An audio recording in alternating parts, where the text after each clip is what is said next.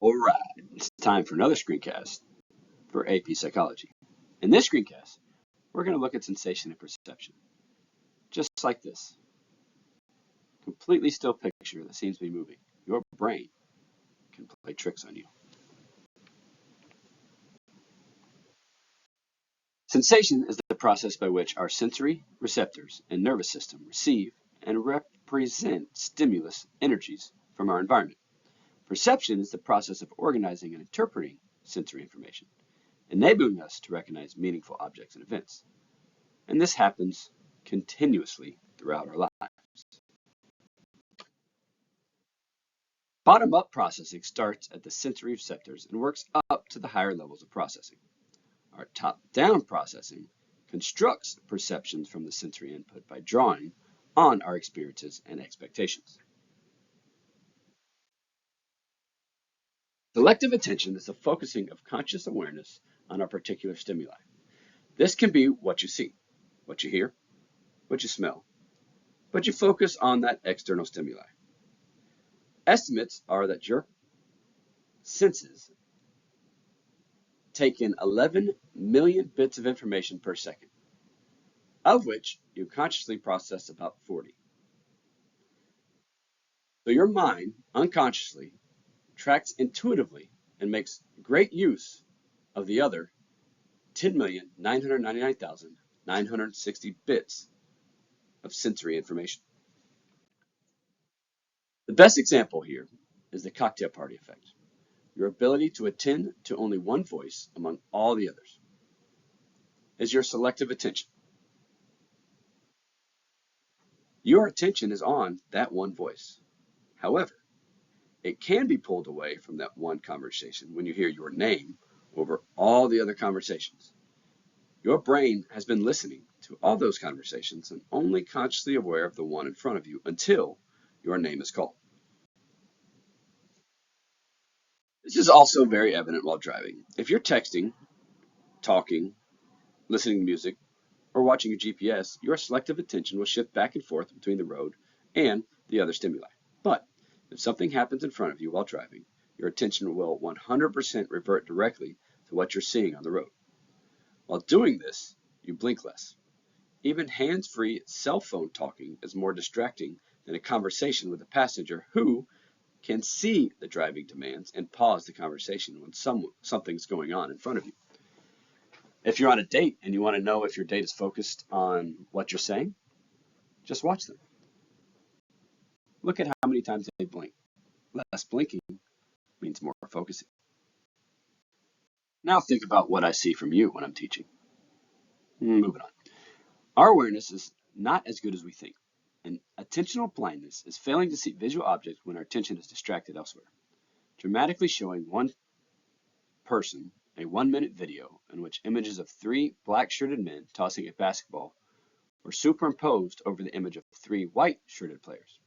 The viewer's supposed task was to press a key every time a black-shirted player passed the ball. Most focus their attention so completely on the game that they will fail to notice a young woman carrying an umbrella right through the middle of the screen.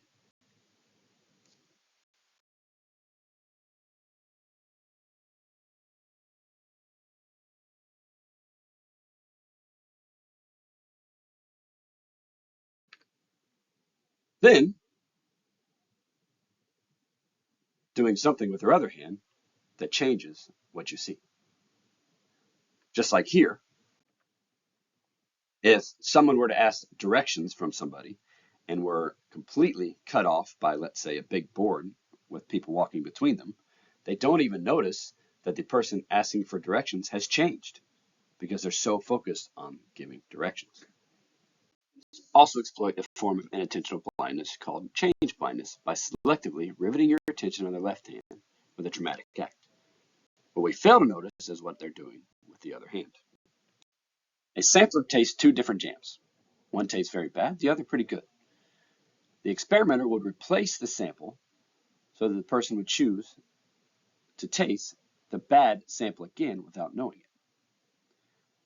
They would hardly notice that they were tasting the bad one, and even given a second time, most would say the jam tasted much better than the first time they had it.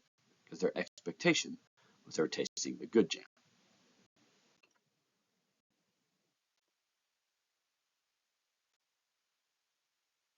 Transduction is a conversion of one form of energy into another. They're transforming of stimulus energy, such as sight, sounds, and smells, into a neural impulse our brain can interpret. Psychophysics is the study of relationship between the physical characteristics of stimuli, such as their intensity, and our psychological experience of them. Essentially, our body receives sensory stimulation. We transform the stimulation into neural impulse and then deliver the neural information to our brain to be processed. What's amazing is that animals have different levels of perception than us. Birds can migrate. They migrate using an internal magnetic compass. Bats and dolphins locate prey using sonar, bouncing echoing sound off objects. Bees navigate on cloudy days by detecting light invisible to us, called polarized light. So, there are other forms of stimuli that our body just doesn't perceive. So, we have what's called absolute threshold, the minimum stimulation needed to detect a particular stimulus 50% of the time. Detecting a weak stimulus or signal depends not only on the signal strength, such as hearing, but also on the psychological state, our experience, expectations, motivation, and alertness. So signal detection theory predicts when we will detect weak signals. Is below one's absolute threshold for conscious awareness. Under certain conditions, you can be affected by stimuli so weak that you don't consciously notice them. An unnoticed image or word can reach your visual cortex and briefly prime your response to a later question. Scientists can flash an image or word quickly, then replace it by a masking stimulus that interrupts the brain's processing before conscious perception. In one such experiment, experimenters subliminally flashed their emotional positive scene like kittens or a romantic couple, or a negative scene like a werewolf or a dead body. An instant before participants viewed slides of people, the participants consciously perceived either only a flash of light. Yet, people somehow look nicer if the image immediately followed unperceived kittens rather than unperceived werewolves. So much of our information processing occurs automatically out of sight, off the radar screen of our conscious minds. To function effectively, we need absolute threshold low enough to allow us to detect important sights, sounds, textures, tastes, and smells. We also need to detect smell differences among stimuli. Like students in a hallway must detect the sound of their friends' voices amid all the other voices. Difference threshold is the minimum difference between two stimuli required for detection. 50% of the time we experience a difference threshold as just noticeable difference, or J&D. Weber's law is the principle that to be perceived as different to stimuli, it must differ by a constant minimum percentage rather than a constant amount. The exact proportion varies depending on the stimulus. To light, for example, it must differ in intensity by 8%. To objects, it must differ in weight by 2%. And two tones must differ in frequency by only 0.3%. So to test this, let's look at this computer-generated copy of the 23rd Psalm. Read it as you go.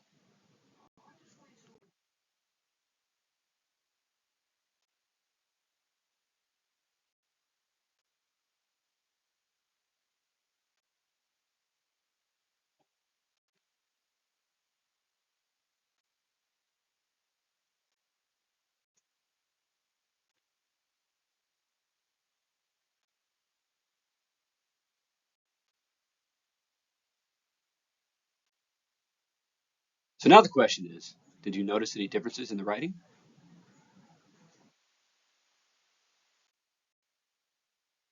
How about now? How many lines did it take for you to even notice, or did you notice at all? Sensory adaptation diminished sensitivity as a consequence of constant stimulation. Think about it this way. Entering your neighbor's living room, you smell a musty odor. You wonder how they can stand it, but within minutes, you no longer notice it. When you are constantly exposed to a stimulus that does not change, we become less aware of it because our nerve cells fire less frequently. So, why then, if we stare at an object without flinching, does it not vanish from our sight? Notice to us, our eyes are always moving. Our eyes are continually flipping from side to side to ensure that stimulus on the eye's receptors continually changes. However, if we could actually stop our eyes from moving, things could vanish. Psychologists have devised ingenious instruments to test this. Imagine that if we have fitted a volunteer with an instrument with a miniature projector mounted to a contact lens. When the eyes move, the image from the projector moves. So everywhere that the person looks, the scene is sure to go. If we reject images through this instrument, project the images through this instrument, what do you see? Well, at first, you see the complete image. But within a few seconds, as the person's sensory system begins to fatigue, things get weird. Bit by bit, the image vanishes, only to reappear and then disappear, often in fragments. So what does this mean? Well, it means our eyes are special, but our eyes will also react the same way as if the stimulus doesn't change. So it is the brain's processing that helps make this happen. Motion adaptation. Hit pause and stare at this face for 20 to 30 seconds. Then hit play again. Now look at this face. What emotion do you see? Does it look kind of scared? Now, hit pause again on this face and stare at it for 20 to 30 seconds. Just look at it. After 20 to 30 seconds, hit play again. And lastly, look at this face. Does the face look angry to you? Interestingly, the middle face was the same, but your interpretation of the emotion was different based on the face you saw before it. So what does this mean? Sensory adaptation even influences our perception of emotion.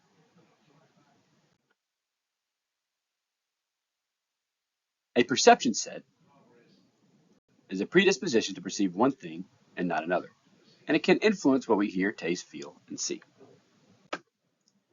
For example, here's a picture taken many years ago. It's a very famous picture. What do you see? Is it a log floating in the water, or is it Nessie, the Loch Ness Monster? If you saw Nessie or a log, it makes no difference. What if you saw this picture with a newspaper with the title saying Nessie found? Would you see Nessie then? Now, did you notice something about this picture that's a little off? How about the ripples around the floating object, meaning that the object isn't moving? Hardly something you would see from a monster gliding through the water. How about another example? What do you see? Is it a young woman looking away? How about this old woman looking down? Here are the two images side by side. Now, if given the middle image to someone, one may see the old woman, the other, they may see the young woman. But if they were to look at the picture on the left first, almost all see the young woman's picture on the right. If you look at the old woman first, almost all see the old woman if you look at the middle picture. Context effects as a given stimulus may trigger radically different perceptions, partly because of our differing perceptual set, but also because of the immediate context. For example, the picture on the right shows a very large man. How tall do you think the man in yellow is? Perception can be misleading. What's amazing is the man in yellow is actually 6'9". The difference is the man in blue is 7'9". You would not have guessed that the man in yellow was 6'9" if I hadn't told you. How about this one? Here are two dogs. One is chasing the other. Which one is larger? The answer is they're the same size. However, because of the context and lines, the one in the chasing looks bigger than the one being pursued. Now look at them. It looks very different. And here, they are side by side, proving that they're the same size. Perceptions are influenced top down not only by our expectations and by the context, but also by our emotions and motivations. Hearing sad rather than happy music can predispose people to perceive a sad meaning in a spoken homophonic words. Mourning rather than mourning. Die rather than die. Pain rather than pain, and meaning mourning, sadness, or morning, as in good morning. So, walking destinations look further away to those who have been fatigued by prior exercise. A hill may look steeper to those who are wearing heavy backpacks or have just been exposed to sad, heavy, classical music rather than light, bouncy music, and so on and so forth. This perceptual bias energizes our going forward emotions, color, or social perceptions too. Spouses who feel loved and appreciated perceive less threat in stressful marital events. They could say he's having a bad day. Let's take a closer look at our vision. Our vision is reliant on light energy. A wavelength is the distance from the peak of one light or a sound wave to the peak of the next. Electromagnetic wavelengths vary from the short blips of cosmic rays to the long pulses of radio transmission. A hue is the dimension of color that is determined by the wavelength of light. What we know as the color names blue, green, and so forth. The intensity is the amount of energy in a light or sound wave, which we perceive as brightness or loudness as determined by the wave's amplitude. Here is our visual spectrum. This is the physical properties of waves. Short wavelength, high frequency is bluish colors. Bright colors are usually bigger in amplitude or loud sounds. Long wavelength are usually low frequency reddish colors or low pitch sounds. And small amplitude is dull colors and quiet sounds. Slides are some basic information and labeling and what each of them does. First up is cornea, which is the outer covering of the eye. Pupil is the adjustable opening in the center of the eye through which light enters.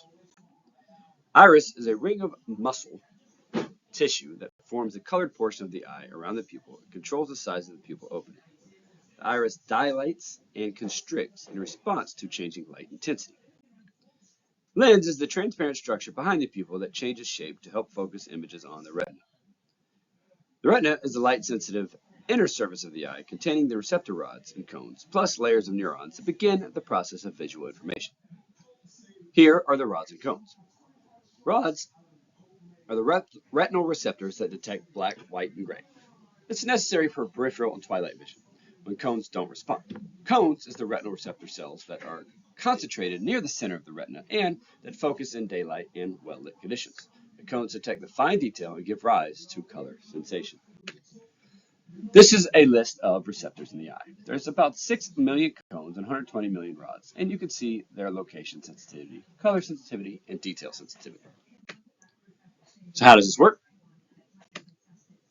Light enters through the eye and hits the back of the eye, where the rods and cones then send a signal or neural impulse to the brain's visual cortex via the thalamus.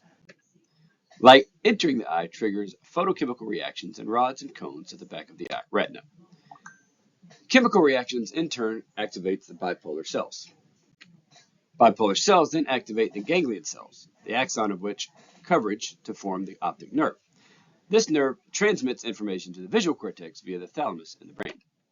Some interesting information here is the optic nerve is the nerve that carries neural impulses from the eye to the brain. However, because of where the optic nerve is located in the back of the eye, you actually have a blind spot. Your vision, it's the point at which the optic nerve leaves the eye, creating a blind spot because no receptor cells are located there. The fovea is the central focal point in the retina around which the eye cones cluster. The blind spot, and you can see where the focus is on the fovea. The optic nerve is the nerve that carries neural impulses from the eye to the brain. So let's look at the pathway and how our vision is processed.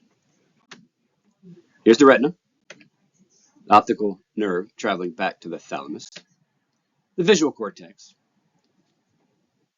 Retina cells fire and can misfire. They are very sensitive. To demonstrate this, turn your eyes to the left, close them, and then gently rub the right side of your eyelid with your fingertip. Note the patch of light to the left, moving as your finger moves. Why do you see light and why at the left? Your retinal cells are so responsive that even pressure triggers them, but your brain interprets the firing as light. Moreover, it interprets the light as coming from the left, the normal direction of light that activates the right side of the retina. So let's look at feature detection. This is the nerve cells in the brain that respond to specific features of the stimulus, such as shape, angle, or movement.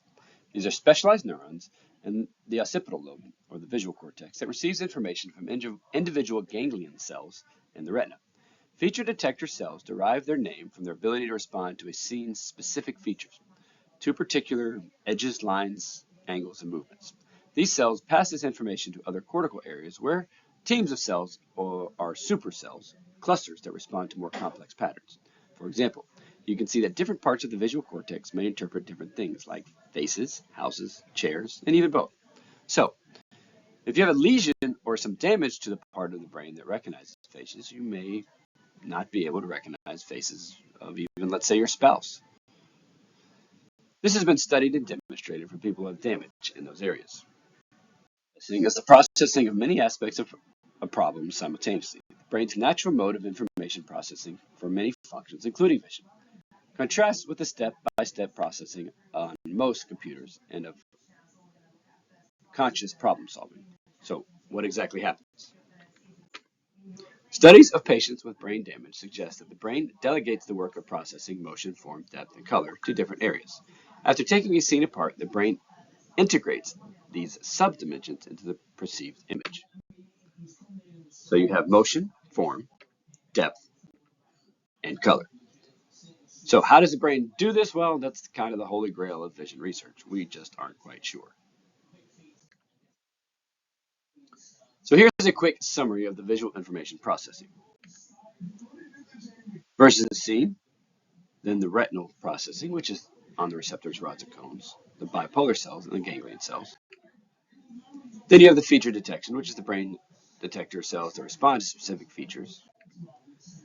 Then the processing of the motion, form, depth, and color.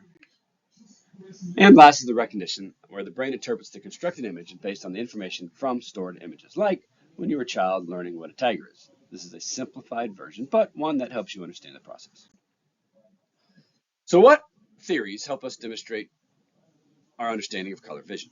The Young-Helmholtz trichromatic theory, or the three-color theory, is a theory that the retina contains three different color receptors, one most sensitive to red, one to green, and one to blue, which then, when stimulated, is in combinations can produce the perception of any color. This is demonstrated with color deficient visions or color blindness. It's not that they don't see colors, they simply lack function of red or green sensitive cones, or sometimes both. Their vision, perhaps unknown to them because their lifelong vision seems normal, is monochromatic, or they only see one color, or dichromatic, meaning two, instead of the normal trichromatic, making it impossible to distinguish the red and green. In this figure, dogs-like receptors have wavelength of red, giving them only limited dichromatic color vision. The opponent processing theory is the theory that opposing retinal processes, red, green, yellow, blue, and white, and black, enable color vision. For example, some cells are stimulated by green and inhibited by red. Others are stimulated by red and inhibited by green. But what is an after image? By staring at green, we tire a green response. When we do stare at white, which contains all colors including red, only the red part of the green-red pairing will be firing normally. To do this, stare at the center of this flag for a minute, and then shift your eyes to the dot and the white space beside it on the next slide. What do you see? After tiring your neural response to black, green, and yellow, you should see the opposite colors. Stare at a white wall and note how the size of the flag grows with the projection distance. Or stare at this image for roughly about a minute. Make sure to hit pause.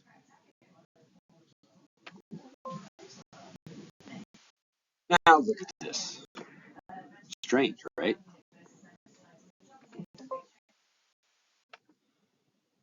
As usual, that was a lot of information. I can recall lots of sensory information from when I took this picture. A really, really good memory, but we can talk about that later. Well, that's it for now. Thanks for watching.